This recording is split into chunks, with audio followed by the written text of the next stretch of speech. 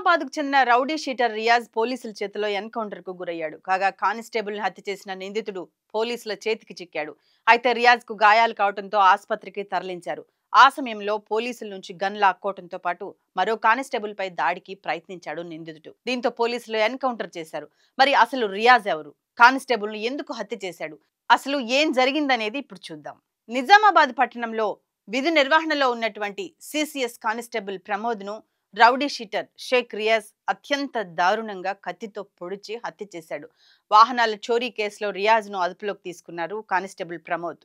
ఈ క్రమంలోనే నిందితుడిని బైక్ పై తీసుకెళ్తుండగా కత్తితో విచక్షణ రహితంగా దాడికి పాల్పడ్డాడు. అనంతరం అక్కడి నుంచి పారిపోయాడు. ఇక ఈ దాడిలో తీవ్రంగా గాయపడిన కానిస్టేబుల్ ప్రమోద్ చికిత్స పొందుతూ మరణించాడు. ఈ ఘటనతో రాష్ట్రం ఒక్కసారిగా ఉలిక్కిపడింది. అయితే నిందితుడు రియాజ్ పై సుమారు 40కి పైగా కేసులున్నాయి. అంతేకాదు ఇప్పటికే 4-5 సార్లు జైలుకు కూడా వెళ్లి వచ్చాడు. కానిస్టేబుల్ ను హత్య చేసిన తర్వాత రియాజ్ ను పట్టుకునేందుకు 8 పోలీస్ బృందాలు విస్తృతంగా గాలింపు చర్యలు చేపట్టారు.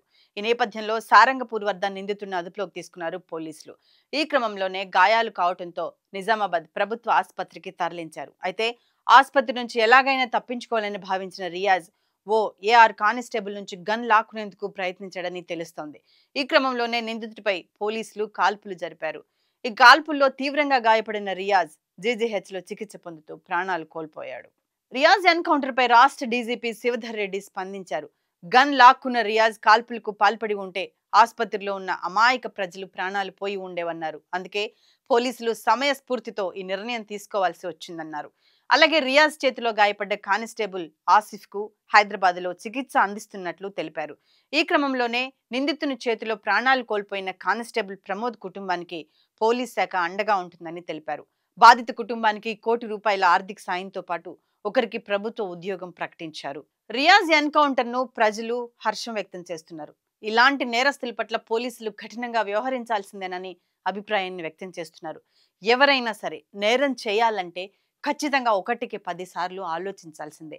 ఏది ఏమైనా నేరస్తుల పాలిట పోలీసులు సింహ స్వప్నంగా మారుతున్నారు. దీంతో వారి వెన్నులో వణుకు మొదలైంది.